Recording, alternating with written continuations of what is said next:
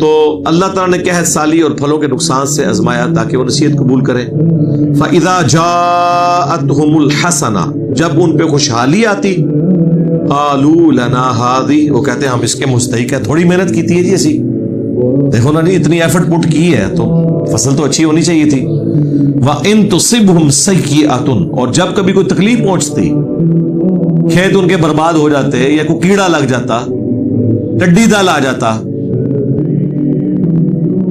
تو کیا کہتے یطیروا بموسیٰ ومن معہ تو کہتے یہ موسیٰ اور اس کے ساتھیوں کی نصرت پڑ گئی ہے, انہوں نے ہمارے بتوں کو ناراض کیا, انہوں نے ہمارے جھوٹے خداؤں کو ناراض کیا, اس کی وجہ سے مار پڑ گئی ہے. الا آگاہ ہو جاؤ, انما طائرهم عند اللہ یہ جو کچھ بھی اس طرح کی جس کو آپ نحوست کہہ رہے ہو, جو بھی ایسے معاملات ہیں یہ تو صرف اللہ کی طرف سے ہوتے ہیں. وَلَكِنَّ أَكْثَرَهُمْ لَا يَعْلَمُونَ لیکن اکثر لوگ نہیں جانتے. وَقَالُوا مَهْمَا تَأْتِنَا بِهِ مِنْ آیَةٍ وہ کہنے لگے موسیٰ علیہ السلام سے تم جو مرضی معجزہ لے آؤ ہمارے پاس, لِتَسْحَرَنَا بِهَا تاکہ کوئی جادو کر دو ہم پر, فَمَا نَحْنُ لَكَ بِمُؤْمِنِينَ تب بھی ہم تمہاری بات نہیں مانیں. یہ ہے پوائنٹ آف نو ریٹرن.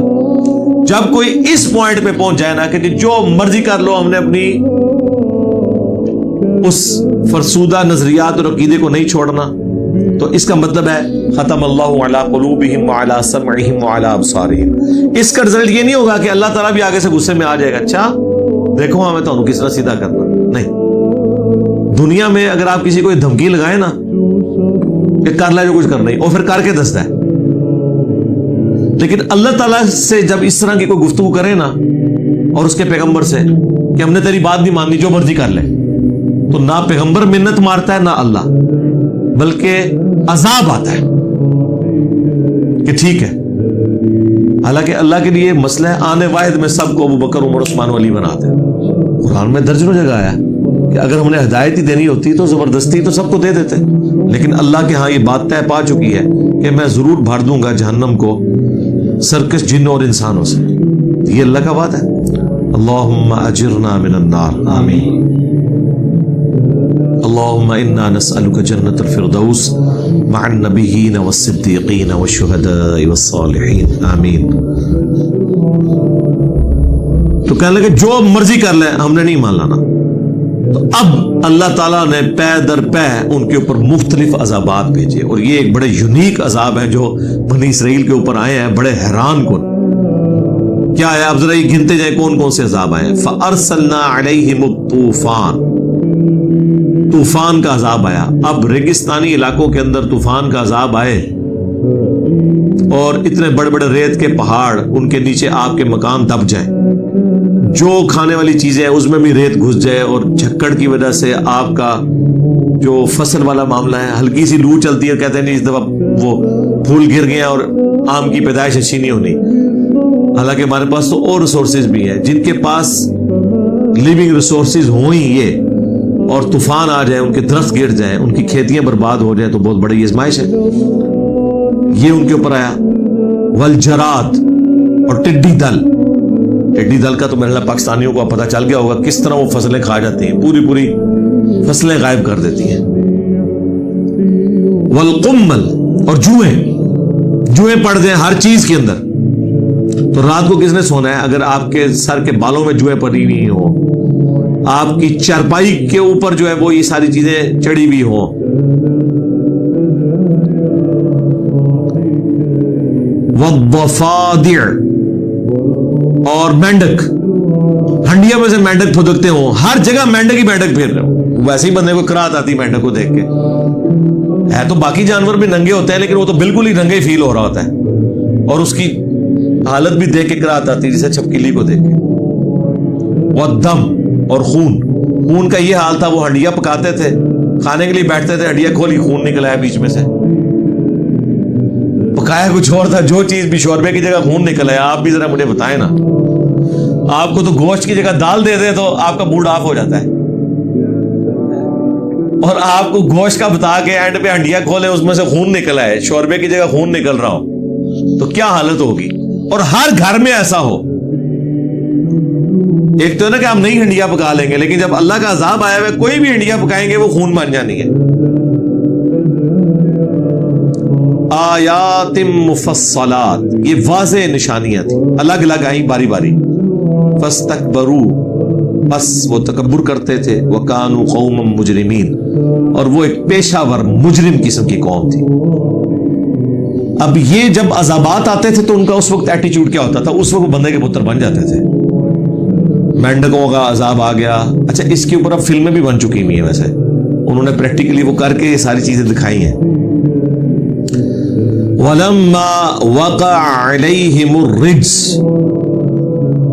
جب ان کے اوپر کوئی عذاب آتا تھا اللہ کی طرف سے، قالوا یا موسیٰ، تو وہ آگے موسیٰ علیہ السلام سے آگے دعا کرواتے تھے.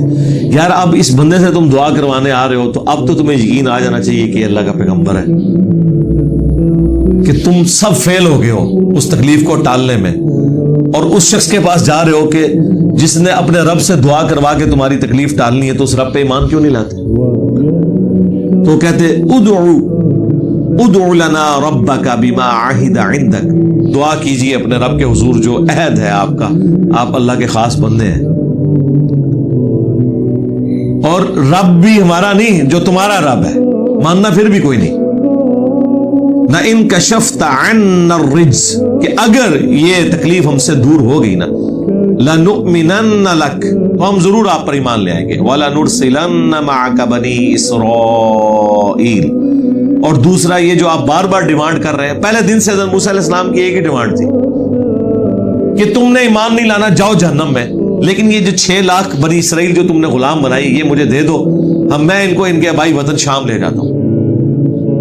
آج کل یہ ہوتا ہے نا لوگوں کو زیادہ مسئلہ، حکومتوں کو، کہ یار یہ جو ہے وہ ہم اپنے ملک میں مہاجرین نہیں آنے دیں گے، ان کو نکال دیں، جس طرح برما کے مسلمانوں کے ساتھ انہوں نے کیا، ان کو نیشنلٹی کینسل کر دی. ابھی بھی کئی بنگالی ہیں جو کراچی بیٹھے ہوئے ہیں، ان کو نیشنلٹی نہ پاکستان کی ہے نہ بنگلہ دیش قبول کرتا ہے. یہ بہت بڑا مسئلہ ہے.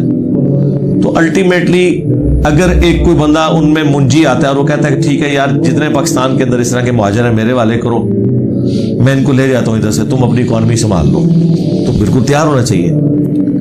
تو یہ فرعونی کیوں نہیں تیار ہوئے؟ اس لیے کہ وہ سارے غلام تھے، انڈیپینڈنٹ نہیں تھے، وہ مفت کے ملازم تھے. ان کے اپنے ملازم کون چھوڑتا ہے؟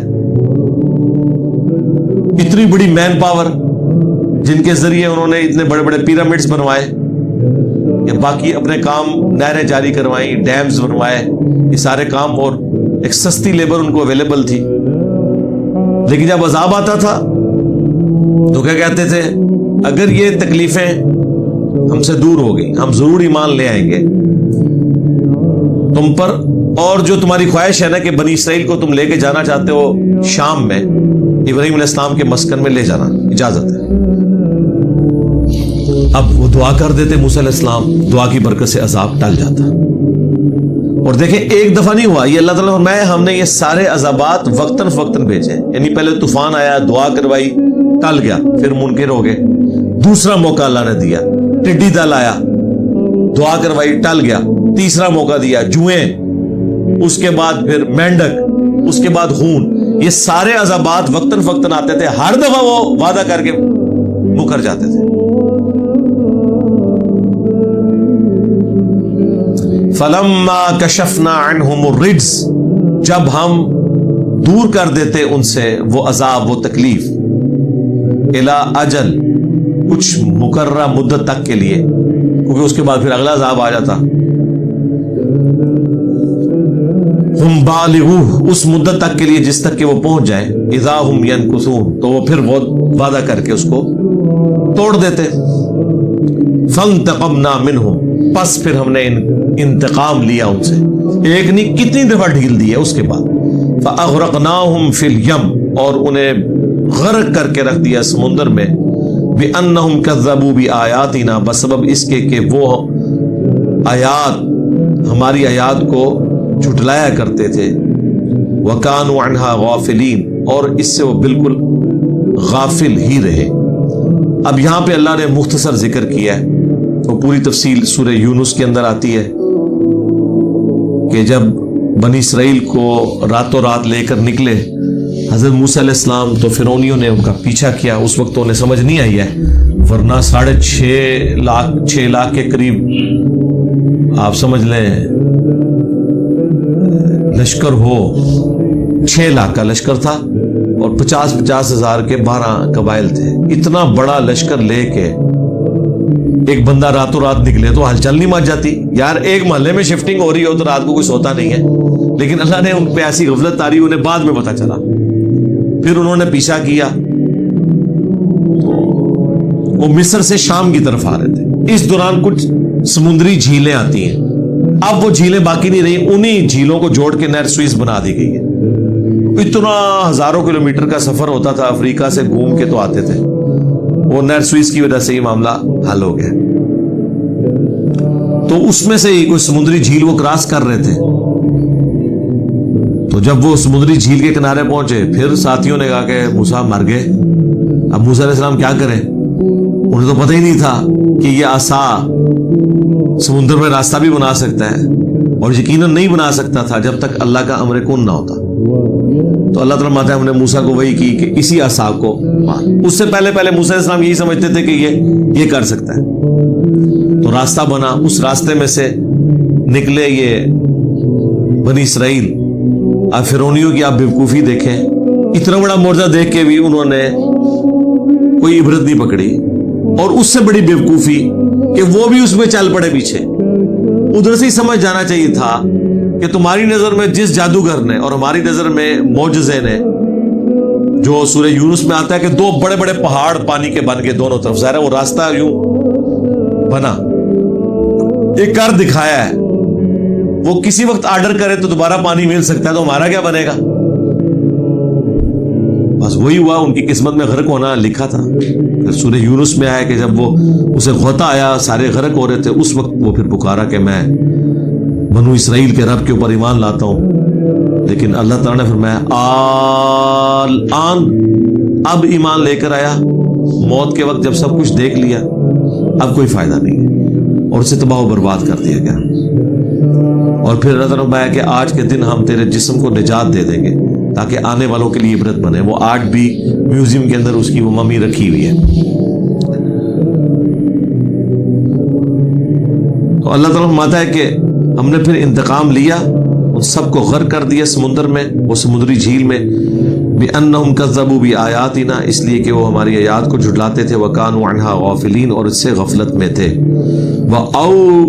وَأَوْرَثْنَا الْقَوْمَ الَّذِينَ كَانُوا يُسْتَضْعَفُونَ، اور ہم نے وارث بنا دیا اسی قوم کو جو حقیر سمجھے جاتے تھے مصر کے اندر.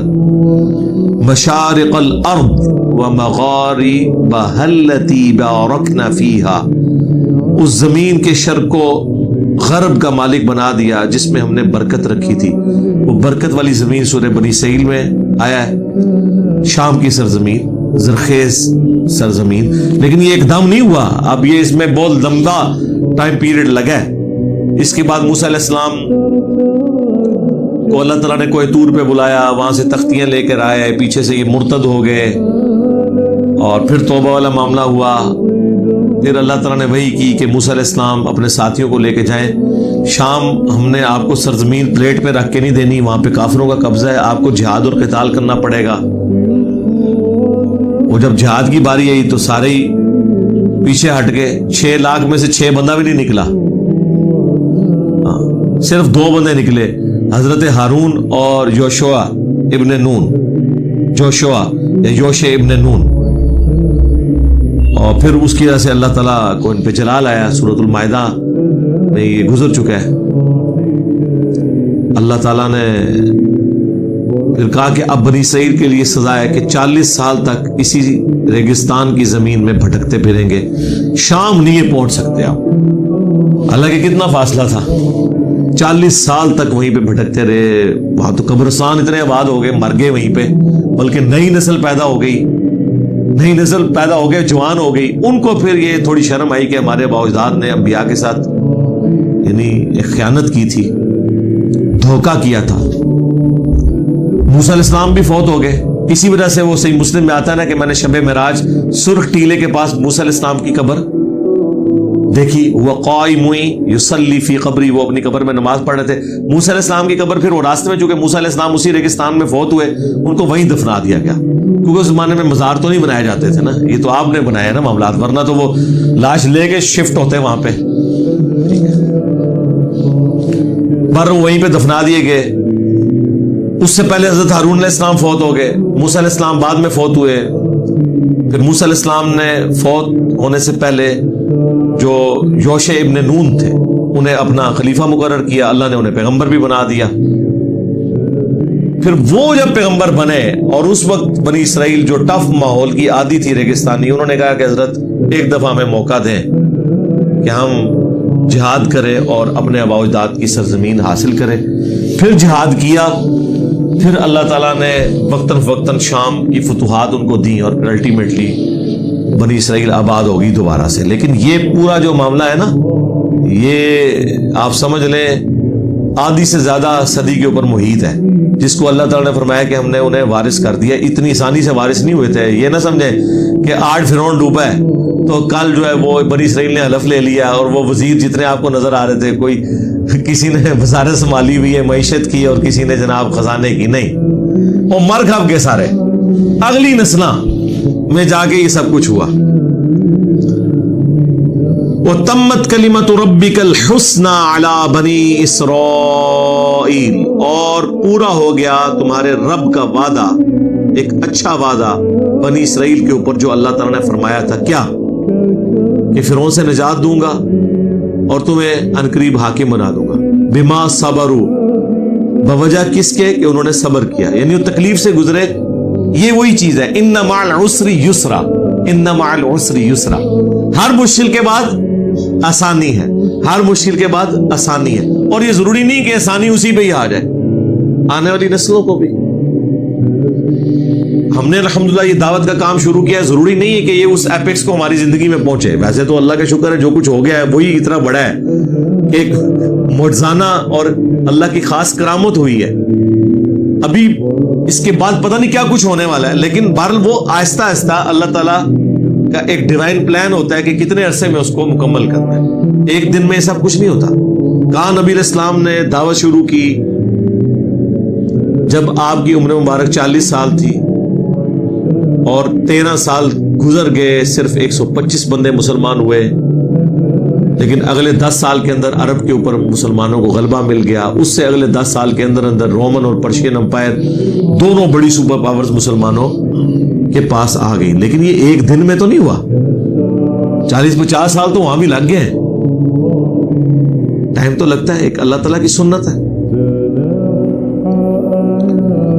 تو اللہ تعالیٰ ماتا صبر کے سبب اللہ تعالیٰ نے انہیں وعدہ پورا کر دکھایا اور انہیں وہ مالک کر دیا اس سرزمین کا.